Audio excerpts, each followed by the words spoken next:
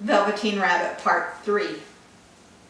And so the little rabbit was put into a sack with old picture books and lots of rubbish and carried out to the end of the garden behind the fowl house. That was a fine place to make a bonfire, only the gardener was too busy just then to attend to it. He had the potatoes to dig and the green peas to gather, but next morning he promised to come quite early and burn the whole lot. That night the boy slept in a different bedroom, and he had a new bunny to sleep with him. It was a splendid bunny, all white plush with real glass eyes. But the boy was too excited to care much about it, for tomorrow he was going to the seaside, and that in itself was such a wonderful thing that he could think of nothing else. And while the boy was asleep, dreaming of the seaside, the little rabbit lay among the old picture books in the corner behind the fowl house, and he felt very lonely. The sack had been left untied, and so by wriggling a bit, he was able to get his head through the opening and look out. He was shivering a little, for he had always been used to sleeping in a proper bed, and by this time his coat had worn so thin and threadbare from the hugging that it was no longer any protection to him. Nearby he could see the thicket of raspberry canes growing tall and close like a tropical jungle, in whose shadow that he had played with the boy on bygone mornings. He thought of those long sunlit hours in the garden, how happy they were, and a great sadness came over him. He seemed to see them all pass before him, each more beautiful than the other. The fairy huts and the flower beds, the quiet evenings in the wood. He lay in the bracken and the little ants ran over his paws. The wonderful day when he first knew that he was real. He thought of the skin horse, so wise and gentle, and all that he had told him. Of what use was it to be loved and lose one's beauty and become real if it all ended like this? And a tear, a real tear, trickled down the little shabby velvet nose and fell on the ground. And then a strange thing happened. For where the tear had fallen, a flower grew out of the ground, a mysterious flower, not at all like any that grew in the garden. It had a slender green leaves and the color of emeralds, and in the center of the leaves, a blossom like a golden cup. It was so beautiful that the little rabbit forgot to cry and just lay there watching it. And presently the blossom opened, and out of it there stepped a fairy. She was quite the loveliest fairy in the whole world.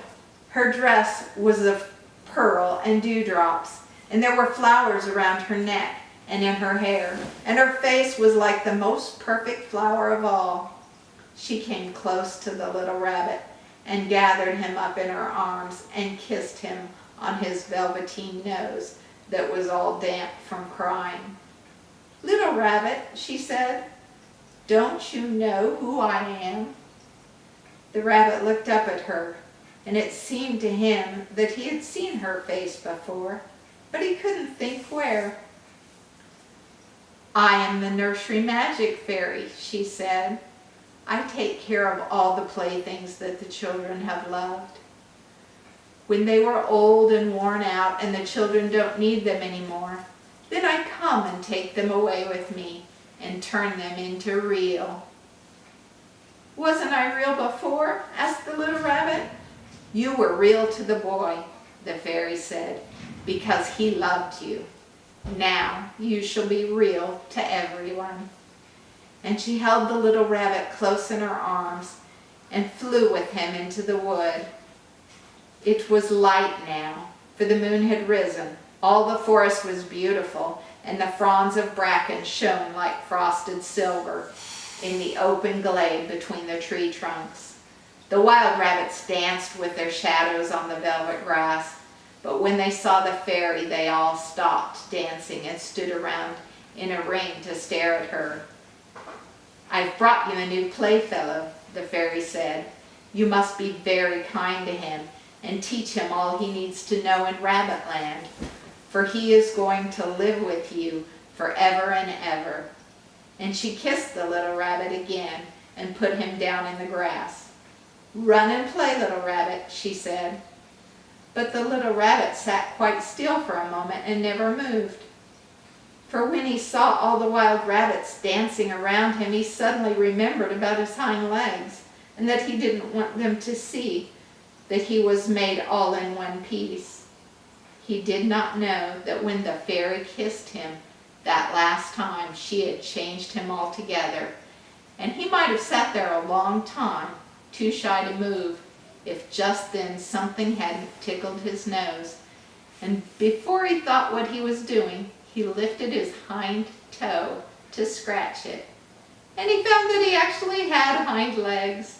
Instead of dingy velveteen, he had brown fur, soft and shiny. His ears twitched by themselves, and his whiskers were so long they brushed the grass.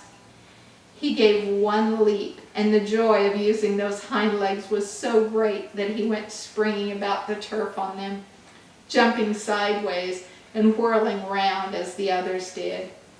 And he grew so excited when at last he did stop to look for the fairy. She had gone. He was a real rabbit at last, at home with other rabbits. Autumn passed, and winter, and in the spring, when the days grew warm and sunny, the boy went out to play in the woods behind the house. And while he was playing, 2 rabbits crept out from the bracken and peeped at him. One of them was brown all over, but the other had strange markings under his fur, as though long ago he had been spotted, and the spots still showed through. And about his little soft nose and his round black eyes there was something familiar, so the boy thought to himself, "Why, he looks just like my old bunny that was lost when I had scarlet fever." But he never knew that it really was his bunny, his own bunny, come back to look at the child who had first helped him to be real. The end. Grandma loves you.